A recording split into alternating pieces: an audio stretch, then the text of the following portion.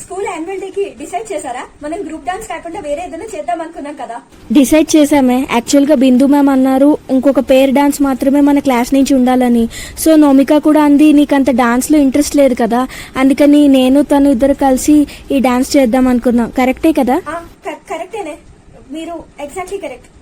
నాకు డాన్స్ అంటే అంత ఇంట్రెస్ట్ లేదు. చూసావా, నేను నీకు ఆల్రెడీ చెప్పాను కదా తనకి ఇంట్రెస్ట్ లేదని.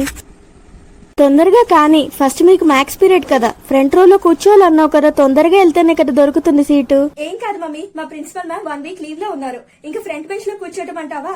నా ఫ్రెండ్స్ ఉన్నారు కదా, వాళ్ళలో ఎవరో ఒకరు ముందు స్కూల్ కి చేరిపోతారు, నా గురించి కూడా సీట్ ఇస్తారు. సరే సరే పద. ఇంత లేట్ అయిందేంటి?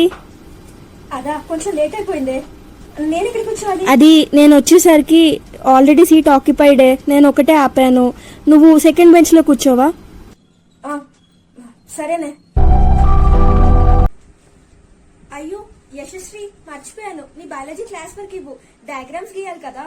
అది నోమిక నా బుక్ లో డయాగ్రామ్స్ వేసేసిందే, ఎప్పుడు నేనే వేస్తాను కదా. వీళ్ళిద్దరూ ఏంటి నన్ను ప్రతిదాని నుంచి ఎక్స్క్లూడ్ చేస్తున్న ఫీలింగ్ వస్తుంది. ఏంటి ఇంకా మాట్లాడుకుంటున్నారు? తొందరగా పదండి, స్కూల్ బస్ మిస్ అయిపోతాం మళ్ళీ. అది యాక్చువల్లీ మేమిద్దరం ఈ రోజు నుంచి స్కూల్ బస్ లో రావట్లేదే. నోమిక వాళ్ళ ఇంటి నుంచి కార్ వస్తుంది తనని పికప్ చేసుకోవడానికి. నేను కూడా తన ఇంటి దగ్గరే ఉంటాను కదా, సో తనతో పాటు వెళ్తున్నాను. ఈ విషయం నాకు లాస్ట్ మూమెంట్ వరకు చెప్పలేదు చూడు, ఇప్పుడే నాకు అర్థమవుతుంది నేను నా ఇద్దరు బెస్టీస్ ని పోగొట్టుకున్నట్టున్నాను. అసలు ఎందుకు ఇలా చేస్తారో ఏంటో, కారణం ఏంటో చెప్పకుండా ఫ్రెండ్షిప్ ని బ్రేక్ చేసుకుంటే ఇట్ హర్ట్స్ మోర్ కదా ఫ్రెండ్స్. నాన్న నీవి రేపు నీ బర్త్డే కదా, అవును స్కూల్ కి చాక్లెట్స్ తో పాటు ఇంకేమైనా తీసుకెళ్లాలా? ఏదైనా తీసుకెళ్లాలంటే ముందే చెప్పు, తెప్పించి పెట్టాలి కదా. నాకు అసలు స్కూల్కి వెళ్ళాలని లేదు మమ్మీ. రేపు నా ఫ్రెండ్స్ తో ఫ్రెండ్షిప్ బ్రేక్ అయ్యాక ఎందుకు వెళ్ళాలి? అది మమ్మీ, నాకెందుకో స్కూల్కి వెళ్ళాలని లేదు. రేపు నేను ఇంట్లో ఉంటాను కదా, మనం ఇక్కడే కేక్ కట్ చేస్తాం కదా. అదేంటి ఎవ్రీ ఇయర్ ఎంత ఎక్సైటెడ్ గా ఉంటావు? సర్లే నీ బర్త్డే నీ ఇష్టంలే. చూడు నాన్న, నీ ఫ్రెండ్స్ వచ్చారు. నీవి ఎందుకు రాలేదు ఈరోజు స్కూల్ కి? నువ్వు వస్తావని ఎంతసేపు ఎదురు చూసామో తెలుసా?